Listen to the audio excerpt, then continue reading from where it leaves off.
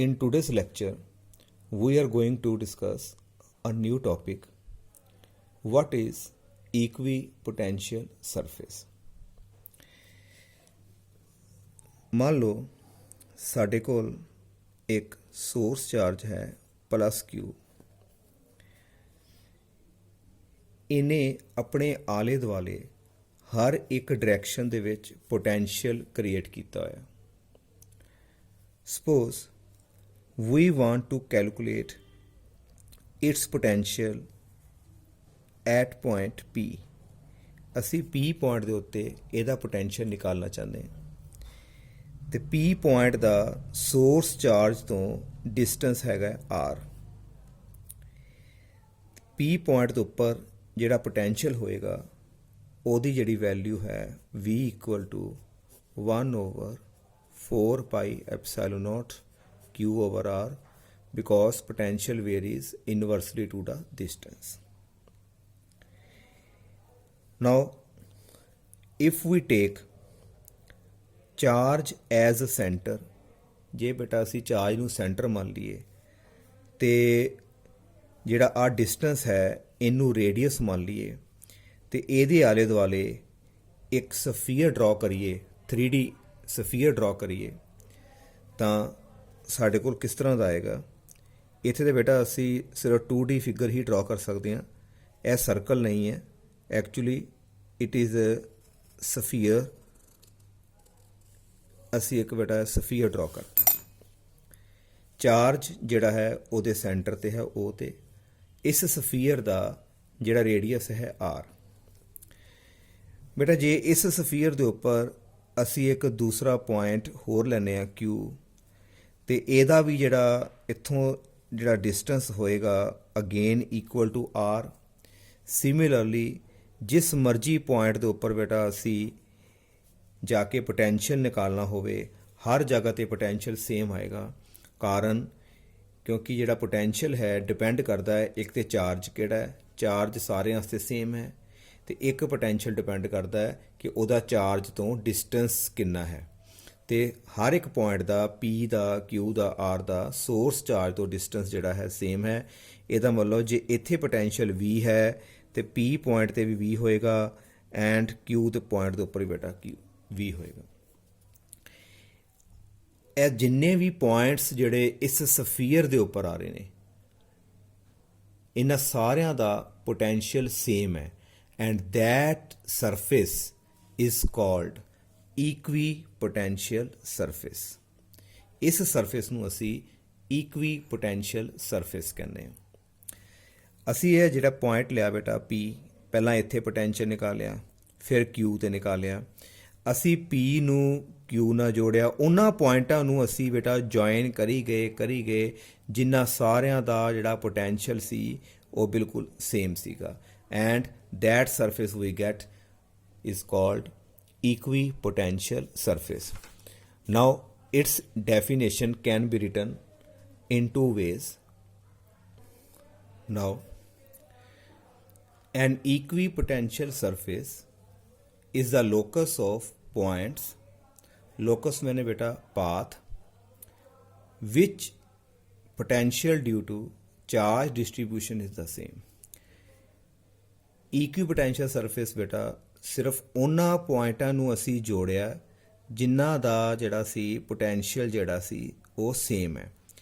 ਇਹ ਸਾਰਾ ਜਿਹੜਾ ਬੇਟਾ ਲੋਕਸ ਜਿਹੜਾ ਪਾਥ ਹੈ that is called equipotential surface.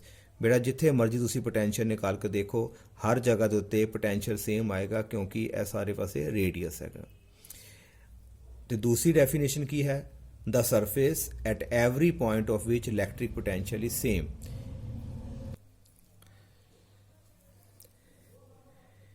ਬੇਟਾ Q ਸਾਡਾ ਸੋਰਸ ਚਾਰਜ ਹੈ।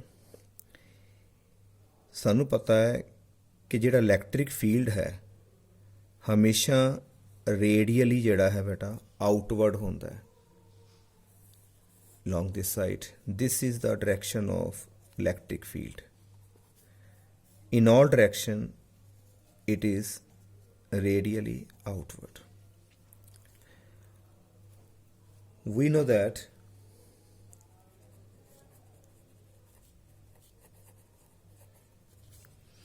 Minus dv/dr is equal to E cos theta.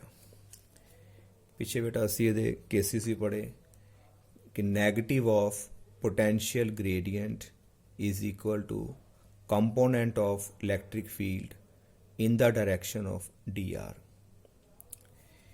बेटा जे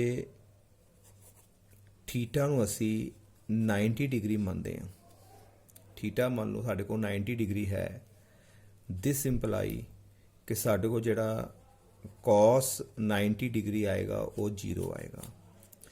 इफ cos 90 डिग्री जीरो हो गया, ਇਹਦਾ मतलब आ टर्म बेटा साढ़े को ख़त्म होगी। It means we get minus dv/dr is equal to zero. Minus dv/dr zero means साढ़े कोल पोटेंशियल विच कोई भी चेंज नहीं आएगी, क्योंकि पोटेंशियल ग्रेडियंट जिहड़ा है term it represents change in potential with respect to distance. It means जेकर असी इलैक्ट्रिक फील्ड दे परपेंडिकुलर डायरैक्शन च जाने हैं, थीटा 90 है, इलैक्ट्रिक फील्ड दे बिल्कुल परपेंडिकुलर जाने हैं, तो उत्थे पोटेंशियल विच जिहड़ी है चेंज नहीं आती। ਇਹਦਾ मतलब इलैक्ट्रिक फील्ड दे जिहड़ा परपेंडिकुलर सरफेस होंदा है that is equipotential surface. एक बार मैं फिर रिपीट करदा, इलैक्ट्रिक फील्ड दे जिहड़ा परपेंडिकुलर सरफेस होएगा उस नूं असी इक्वी पोटेंशियल सरफेस बोलांगे, क्योंकि इलैक्ट्रिक फील्ड दे परपेंडिकुलर साढ़े कोल चेंज इन पोटेंशियल जिहड़ी नहीं आती। जे चेंज नहीं आ रही पोटेंशियल च, ਇਹਦਾ मतलब है कि पोटेंशियल जिहड़ा है वो बिल्कुल ही सेम रहेगा, and that surface is called equi potential surface.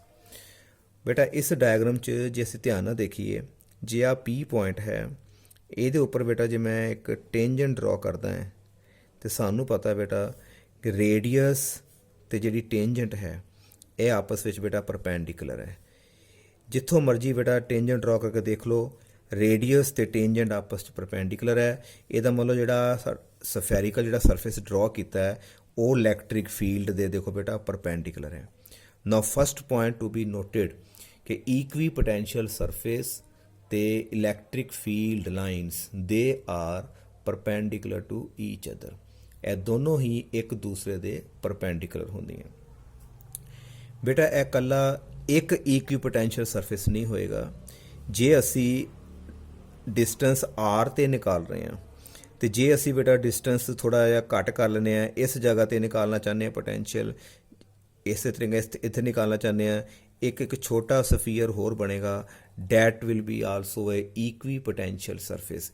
ਇਹਦੇ भी हर एक पॉइंट के उपर पोटेंशियल जिहड़ा है सेम होएगा। Similarly this is also a equi potential surface. पर बेटा की इन्हां दोनों का पोटेंशियल सेम होएगा? मान लो इत्थे कोई पॉइंट असी लै लैंदे आ टी, इत्थे कोई पॉइंट असी लै लैंदे आ बेटा एस, कि टी पॉइंट का पोटेंशियल तो एस पॉइंट का पोटेंशियल सेम होएगा? नहीं होएगा। क्यों? क्योंकि बेटा इत्थे जिहड़ा डिस्टेंस घट है चार्ज तो इत्थे ज़्यादा है, टी पॉइंट का पोटेंशियल जिहड़ा है एस पॉइंट के नालों जिहड़ा है वो ज़्यादा होएगा, क्योंकि एस पॉइंट जिहड़ा चार्ज तो दूर जा रहा। लेकिन आ जिहड़ा पॉइंट आ भी इक्वी पोटेंशियल सरफेस उपर है, टी वाला पॉइंट भी इक्वी पोटेंशियल सरफेस उपर है, पर इन्हां दोनों के पोटेंशियल विच डिफरेंस आएगा, क्योंकि साडे कोल रेडियस का कहने का मतलब सोर्स चार्ज तो डिस्टेंस डिफरेंट होने करके इन्हां दोनों पॉइंटां विच पोटेंशियल का डिफरेंस होएगा। Now come to next point. We know that if we have a dipole, this is the minus q and this is plus q, and this is a equatorial plane, equatorial line or equatorial plane बेटा पिछे discuss किया। असी जदों इस point के उपर electric field निकालिया सी तो असी सारा बेटा डिस्कस किया है, तुसी आर्टिकल याद किए ने। डाइपोल मूवमेंट की डायरैक्शन बेटा माइनस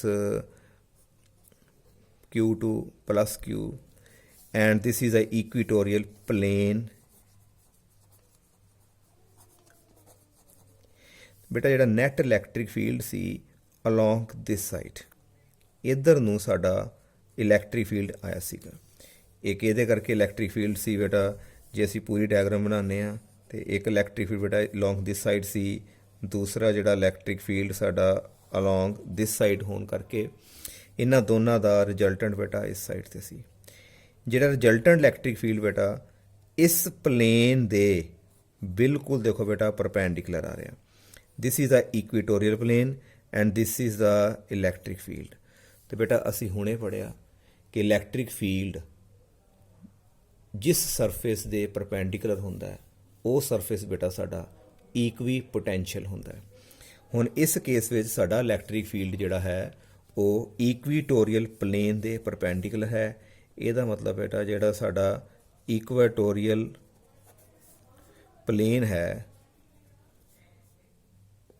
वो भी बेटा साढ़े कोल इक्वी पोटेंशियल सरफेस है, इक्वी पोटेंशियल सरफेस दी ही एक एग्जाम्पल है। हाँ जी क्लियर बेटा। मान लो बेटा साढ़े कोल एक चार्ज्ड कंडक्टर है,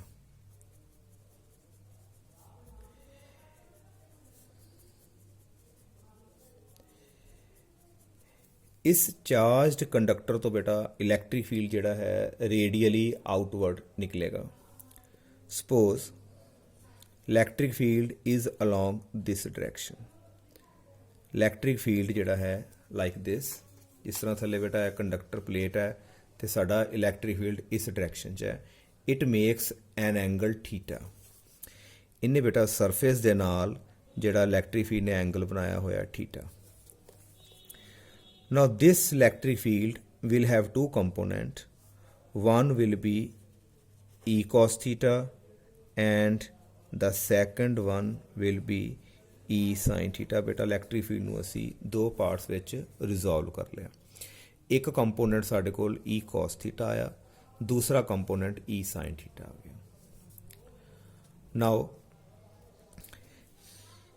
ਜੇ बेटा इलैक्ट्रिक फील्ड का इस कंपोनेंट की गल करिए ई कॉस थीटा, ई कॉस थीटा जिहड़ा कंपोनेंट है बिल्कुल मैटल प्लेट दे अलोंग है लाइक दिस। इस डायरैक्शन विच साडा इलैक्ट्रिक फील्ड लगा है वो ई कॉस थीटा, इहदे परपेंडिकुलर जिहड़ा लगा है ई साइन थीटा। बेटा इस कंपोनेंट करके due to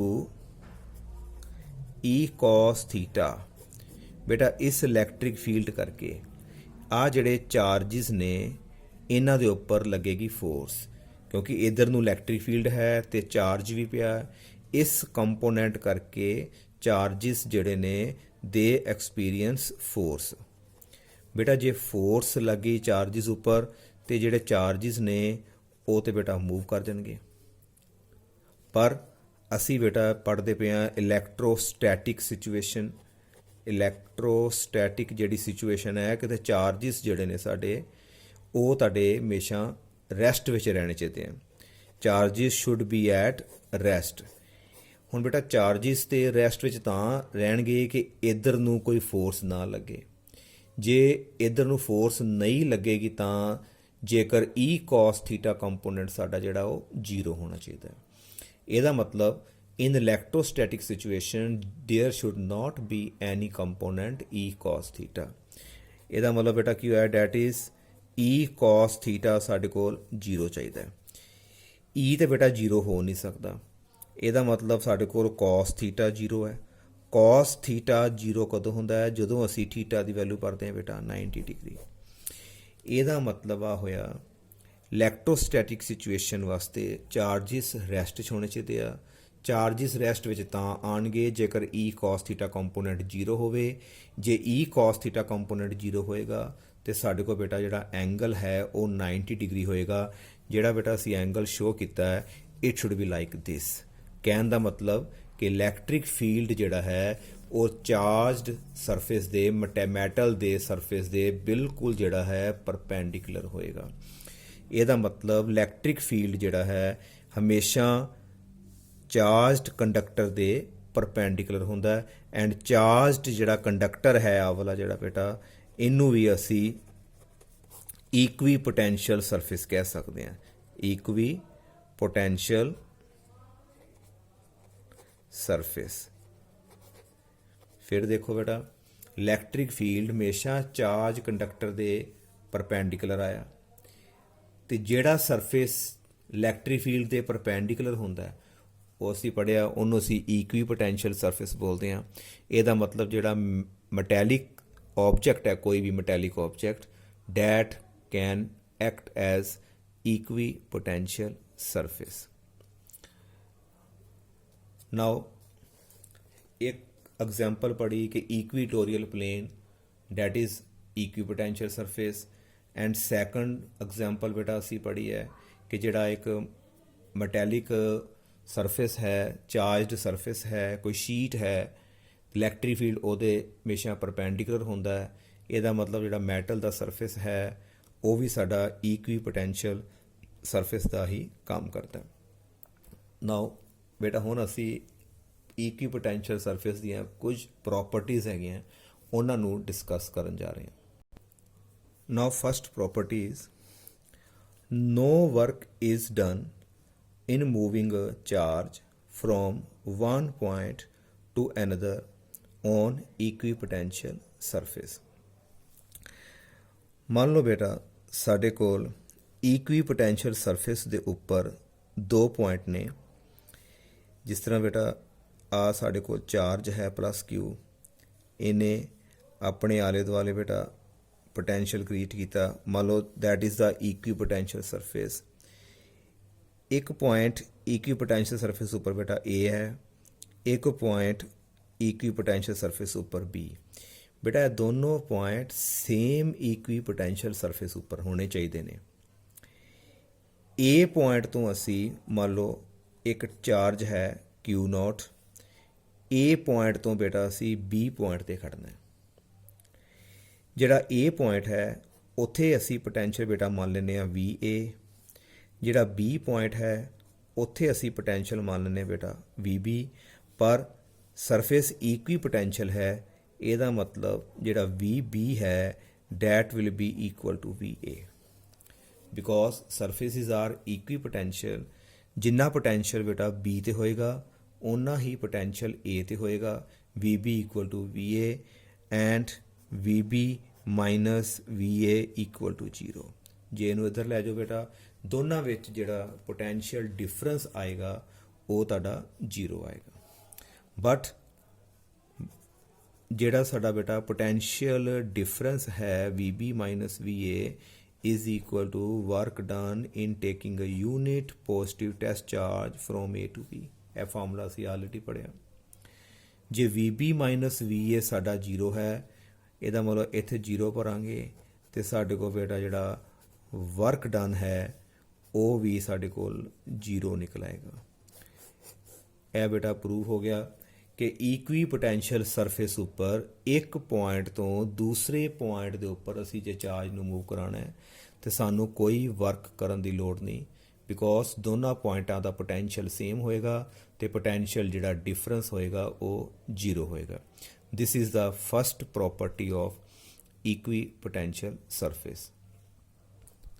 now the second property, suppose here is the source charge and this is the direction of electric field।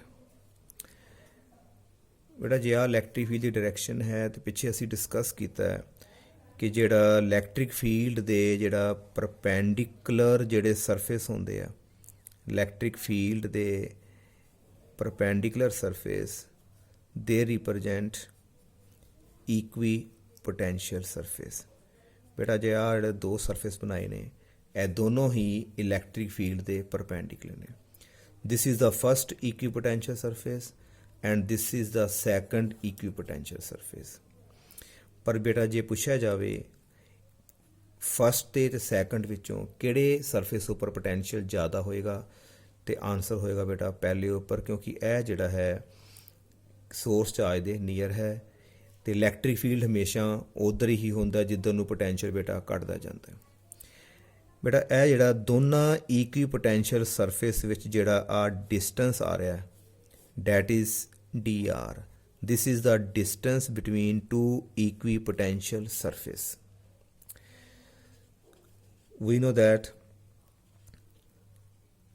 minus dv by dr is equal to E. ਬੇਟਾ ਅਸੀਂ ਉਹ case ਲੈ ਰਹੇ ਹਾਂ ਬਿਲਕੁਲ ਇਲੈਕਟ੍ਰਿਕ ਫੀਲਡ ਦੀ direction ਦੇ ਵਿੱਚ ਹੀ ਅਸੀਂ ਲੈ ਰਹੇ ਹਾਂ। ਥੀਟਾ ਨੂੰ ਅਸੀਂ 0 ਲੈ ਕੇ cos 0 1 ਹੋ ਗਿਆ। E is equal to minus dv by dr. Now ਬੇਟਾ ਜੇ ਨੈਗੇਟਿਵ ਸਾਈਨ ਨੂੰ ਅਸੀਂ ਨਹੀਂ ਕੰਸੀਡਰ ਕਰਦੇ ਕਿਉਂਕਿ ਨੈਗੇਟਿਵ ਸਾਈਨ ਦੱਸਦਾ ਹੈ ਕਿ ਇਲੈਕਟ੍ਰਿਕ ਫੀਲਡ ਜਿਹੜਾ ਹੈ ਪੋਟੈਂਸ਼ੀਅਲ ਡਿਕਰੀਜ਼ਿੰਗ ਵਾਲੇ ਪਾਸੇ ਪੁਆਇੰਟ ਕਰਦਾ ਹੈ।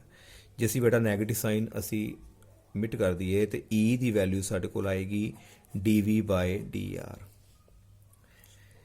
ਔਰ ਦਿਸ ਇੰਪਲਾਈ ਬੇਟਾ ਜੇਕਰ dv ਨੂੰ ਅਸੀਂ ਕੌਂਸਟੈਂਟ ਮੰਨੀਏ, dv ਕੌਂਸਟੈਂਟ ਦਾ ਮਤਲਬ ਹੈ ਪਹਿਲਾ ਇਕੁਈਪੋਟੈਂਸ਼ੀਅਲ ਸਰਫੇਸ ਤੇ ਇਹ ਨਾਲ ਸੈਕੰਡ ਇਕੁਈਪੋਟੈਂਸ਼ੀਅਲ ਸਰਫੇਸ, ਇਹਨਾਂ ਦੋਨਾਂ ਦੇ ਵਿੱਚ ਜਿਹੜਾ ਪੋਟੈਂਸ਼ੀਅਲ ਡਿਫਰੈਂਸ ਹੈ ਉਹ ਬੇਟਾ ਸਾਡੇ ਕੋਲ dv ਹੈ, ਉਹ ਹਮੇਸ਼ਾ ਉਨਾ ਰਹੇਗਾ।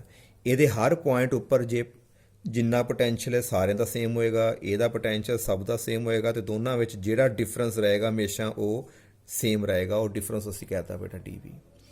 ਜੇ dv ਕੌਂਸਟੈਂਟ ਹੈ ਦੋਨੋਂ ਇਕੁਈਪੋਟੈਂਸ਼ੀਅਲ ਸਰਫੇਸ 'ਚ, if this is constant then we can write E proportional to, ਬੇਟਾ ਇਹਨੂੰ ਅਸੀਂ ਕੌਂਸਟੈਂਟ ਮੰਨਿਆ, E proportional to ਸਾਡੇ ਕੋਲ ਆ ਜਾਏਗਾ ਬੇਟਾ 1 by dr। ਬੇਟਾ ਇਹਨੂੰ ਧਿਆਨ ਨਾਲ ਡਿਸਕਸ ਕਰਨ ਲੱਗੇ ਹਾਂ। ਫਿਰ ਦੇਖੋ ਬੇਟਾ this is a electric field. Electric field ਦੇ ਪਰਪੈਂਡੀਕੂਲਰ ਜਿਹੜਾ ਸਰਫੇਸ ਹੁੰਦਾ ਹੈ ਉਹ ਇਕੁਈਪੋਟੈਂਸ਼ੀਅਲ ਸਰਫੇਸ ਹੁੰਦਾ ਹੈ। ਅਸੀਂ ਇੱਥੇ ਦੋ ਇਕੁਈਪੋਟੈਂਸ਼ੀਅਲ ਸਰਫੇਸ ਅਸਿਊਮ ਕੀਤੇ, ਦਿਸ is the first one and this is the second one. ਇਹਨਾਂ ਦੋਨਾਂ ਦੇ ਵਿੱਚ ਪੋਟੈਂਸ਼ੀਅਲ ਦਾ ਤੇ ਬੇਟਾ ਡਿਫਰੈਂਸ ਆਏਗਾ ਹੀ, ਇੱਥੇ ਪੋਟੈਂਸ਼ੀਅਲ ਜ਼ਿਆਦਾ ਹੋਏਗਾ ਇੱਥੇ ਘੱਟ ਹੋਏਗਾ। ਦੋਨਾਂ ਦੇ ਪੋਟੈਂਸ਼ੀਅਲ ਦਾ ਜਿਹੜਾ ਡਿਫਰੈਂਸ ਹੈ ਉਹ ਹਮੇਸ਼ਾ ਕੌਂਸਟੈਂਟ ਹੀ ਰਹੇਗਾ। ਮੰਨ ਲਓ ਜੇ ਇਹ ਇਕੁਈਪੋਟੈਂਸ਼ੀਅਲ ਸਰਫੇਸ ਹੈ, ਜੇ ਇਹਦਾ ਪੋਟੈਂਸ਼ੀਅਲ ਅਸੀਂ ਬੇਟਾ ਮੰਨਦੇ ਹਾਂ 12 ਵੋਲਟ ਤੇ ਇਹ ਵੀ ਇਕੁਈਪੋਟੈਂਸ਼ੀਅਲ ਸਰਫੇਸ ਹੈ, ਇਹਦਾ ਪੋਟੈਂਸ਼ੀਅਲ ਮੰਨ ਲਓ ਬੇਟਾ ਅਸੀਂ ਮੰਨਦੇ ਹਾਂ 10 ਵੋਲਟ, ਤਾਂ ਇਹ ਡਿਫਰੈਂਸ ਜਿਹੜਾ ਆਏਗਾ ਬੇਟਾ 2 ਦਾ ਆਏਗਾ। ਇਹ ਜਿੱਥੇ ਮਰਜ਼ੀ ਚੈੱਕ ਕਰ ਲਿਓ ਹਮੇਸ਼ਾ ਹੀ ਇਹ ਡਿਫਰੈਂਸ 2 ਦਾ ਆਏਗਾ ਐਂਡ ਦੈਟ 2 ਨੂੰ ਬੇਟਾ ਅਸੀਂ ਆਪਣੀ ਵੱਲੋਂ ਕਹਿ ਦਿੱਤਾ dv and that change in potential is constant and we know that E is equal to dv by dr। If dv is constant, ਜੇ ਆ ਕੌਂਸਟੈਂਟ ਹੈ ਬੇਟਾ ਇਹਨੂੰ ਫਿਰ ਪ੍ਰਪੋਰਸ਼ਨਲ 'ਚ ਕਰ ਦਿੱਤਾ ਤੇ E ਇਕੁਅਲ ਆ ਗਿਆ ਬੇਟਾ ਪ੍ਰਪੋਰਸ਼ਨਲ ਟੂ 1 by dr। ਆਓ ਇਸ ਚੀਜ਼ ਨੂੰ ਅਸੀਂ ਡਿਸਕਸ ਕਰਦੇ ਹਾਂ। ਇਸ ਚੀਜ਼ ਦਾ ਮਤਲਬ ਹੈ ਜੇ E ਇਨਕਰੀਜ਼ ਹੋਏਗਾ ਤਾਂ dr ਜਿਹੜਾ ਹੈ ਉਹ ਡਿਕਰੀਜ਼ ਹੋਏਗਾ। ਇਲੈਕਟ੍ਰਿਕ ਫੀਲਡ ਜੇ ਜ਼ਿਆਦਾ ਹੋਏਗਾ, E ਇਨਕਰੀਜ਼ ਦਾ ਮਤਲਬ ਜਿੱਥੇ ਇਲੈਕਟ੍ਰਿਕ ਫੀਲਡ ਸਟਰੋਂਗ ਹੋਏਗਾ ਉੱਥੇ dr ਜਿਹੜਾ ਹੈ ਬੇਟਾ ਘੱਟ ਹੋਏਗਾ। dr ਮੀਨਸ ਜਿਹੜੇ ਇਕੁਈਪੋਟੈਂਸ਼ੀਅਲ ਸਰਫੇਸ ਹੈ ਉਹਨਾਂ ਵਿੱਚ ਜਿਹੜੀ ਬੇਟਾ ਸਪੇਸਿੰਗ ਹੈ ਜਿਹੜੀ ਆਹ dr ਹੈ ਉਹਨਾਂ 'ਚ ਜਿਹੜੀ ਸਪੇਸ ਹੋਏਗੀ ਘੱਟ ਹੋਏਗੀ। ਹੁਣ ਇਲੈਕਟ੍ਰਿਕ ਫੀਲਡ ਬੇਟਾ ਸਟਰੋਂਗ ਕਿੱਥੇ ਹੁੰਦਾ ਹੈ? ਇਲੈਕਟ੍ਰਿਕ ਫੀਲਡ ਜਿਹੜਾ ਹੈ ਚਾਰਜ ਦੇ ਨੀਅਰ ਜਿਹੜਾ ਹੈ ਉਹ ਸਟਰੋਂਗ ਹੁੰਦਾ ਹੈ। ਇਹਦਾ ਮਤਲਬ near the charge electric field is strong and electric field strong means ਜਿਹੜੇ ਨੀਅਰ ਦਾ ਚਾਰਜ ਜਿਹੜੇ ਇਕੁਈਪੋਟੈਂਸ਼ੀਅਲ ਸਰਫੇਸਿਸ ਹੋਣਗੇ ਉਹਨਾਂ ਦੇ ਵਿੱਚ ਬੇਟਾ ਜਿਹੜਾ ਗੈਪ ਹੈ ਉਹ ਘੱਟ ਹੋਏਗਾ। ਜਿਉਂ-ਜਿਉਂ ਅਸੀਂ ਚਾਰਜ ਤੋਂ ਦੂਰ ਜਾਂਦੇ ਜਾਵਾਂਗੇ ਇਲੈਕਟ੍ਰਿਕ ਫੀਲਡ ਬੇਟਾ ਜਿਹੜਾ ਵੀਕ ਹੁੰਦਾ ਜਾਏਗਾ, ਘਟਦਾ ਜਾਏਗਾ। ਜੇ ਇਲੈਕਟ੍ਰਿਕ ਫੀਲਡ ਘਟਦਾ ਜਾਏਗਾ ਤੇ dr ਜਿਹੜਾ ਹੈ ਇਨਵਰਸਲੀ ਹੋਣ ਕਰਕੇ ਉਹ ਵੱਧਦਾ ਜਾਏਗਾ। ਜਿਹੜੇ ਇਕੁਈਪੋਟੈਂਸ਼ੀਅਲ ਸਰਫੇਸ ਨੇ ਉਹ ਬੇਟਾ ਸਾਡੇ ਦੂਰ ਦੂਰ ਹੁੰਦੇ ਜਾਣਗੇ। ਹਾਂਜੀ ਬੇਟਾ ਕਲੀਅਰ। ਆਓ ਇਸ ਚੀਜ਼ ਨੂੰ ਜਿਹੜਾ ਇੱਕ ਡਾਇਗਰਾਮ ਦੇ ਰੂਪ 'ਚ ਅਸੀਂ ਨੈਕਸਟ ਪੇਜ 'ਤੇ ਸਮਝਦੇ ਹਾਂ। ਬੇਟਾ ਇਸ ਡਾਇਗਰਾਮ 'ਚ ਅਸੀਂ ਕੀ ਸ਼ੋ ਕੀਤਾ, ਇਹ ਸੋਰਸ ਚਾਰਜ ਹੈ, ਇਹਦਾ ਇਲੈਕਟ੍ਰਿਕ ਫੀਲਡ ਰੇਡੀਅਲੀ ਆਊਟਵਰਡ ਹਰ ਡਾਇਰੈਕਸ਼ਨ 'ਚ ਬੇਟਾ ਅਸੀਂ ਸ਼ੋ ਕਰਤਾ। ਚਾਰਜ ਦੇ ਬੇਟਾ ਦੇਖੋ ਲਾਗੇ ਲਾਗੇ ਇਹ ਜਿਹੜੇ ਅਸੀਂ ਬੇਟਾ ਸਫੈਰੀਕਲ ਸਰਫੇਸਿਸ ਬਣਾਏ ਨੇ ਬੇਟਾ ਦੇ ਰਿਪਰਜੈਂਟਸ ਇਕੁਈਪੋਟੈਂਸ਼ੀਅਲ ਸਰਫੇਸ। ਚਾਰਜ ਦੇ ਬੇਟਾ ਜੇ ਲਾਗੇ ਲਾਗੇ ਗੱਲ ਕਰੀਏ ਲਾਈਕ ਦਿਸ ਇਕੁਈਪੋਟੈਂਸ਼ੀਅਲ ਸਰਫੇਸ ਬੇਟਾ ਲਾਗੇ ਲਾਗੇ ਬਣਾਏ। ਜਿਉਂ ਬੇਟਾ ਅਸੀਂ ਦੂਰ ਜਾ ਰਹੇ ਹਾਂ ਆਹ ਦੇਖੋ ਬੇਟਾ ਜਿਹੜਾ ਗੈਪ ਹੈ ਇਹ ਵੱਧਦਾ ਜਾਂਦਾ ਹੈ। ਇਹਦਾ ਮਤਲਬ ਚਾਰਜ ਦੇ ਨੀਅਰ ਇਲੈਕਟ੍ਰਿਕ ਫੀਲਡ ਸਟਰੋਂਗ ਹੈ ਤੇ ਉਹਨਾਂ ਦੇ ਜਿਹੜੇ ਇਕੁਈਪੋਟੈਂਸ਼ੀਅਲ ਸਰਫੇਸ ਹੈ ਉਹਨਾਂ 'ਚ ਬੇਟਾ ਸਪੇਸਿੰਗ ਘੱਟ ਹੋਏਗੀ, ਉਹਨਾਂ ਦੀ ਕਰਾਊਡਿੰਗ ਜਿਹੜੀ ਹੈ ਚਾਰਜ ਦੇ ਨੀਅਰ ਬੇਟਾ ਜ਼ਿਆਦਾ ਹੋਏਗੀ। ਜਿਉਂ-ਜਿਉਂ ਅਸੀਂ ਚਾਰਜ ਤੋਂ ਦੂਰ ਜਾਵਾਂਗੇ ਇਹ ਜਿਹੜੀ ਇਕੁਈਪੋਟੈਂਸ਼ੀਅਲ ਸਰਫੇਸ ਜਿਹੜਾ ਡਿਸਟੈਂਸ ਸੀਗਾ ਇਹ ਵੱਧਦਾ ਜਾਏਗਾ। ਇਸ ਤੋਂ ਬਾਅਦ ਜੇ ਇਕੁਈਪੋਟੈਂਸ਼ੀਅਲ ਸਰਫੇਸ ਬਣਾਉਣਾ ਹੋਵੇ ਬੇਟਾ ਇਸ ਤੋਂ ਕਾफ़ੀ ਦੂਰ ਜਾ ਕੇ ਉਹ ਬਣੇਗਾ। This is the second property ਕਿ equipotential surface are more crowded, that is equipotential surfaces are more crowded near the charge, ਕਿਉਂਕਿ near the charge electric field strong ਹੈ ਤੇ ਇਸ ਫਾਰਮੂਲੇ ਦੇ according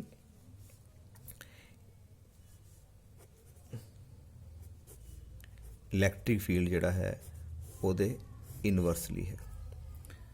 now third property, the equipotential surface of point charge।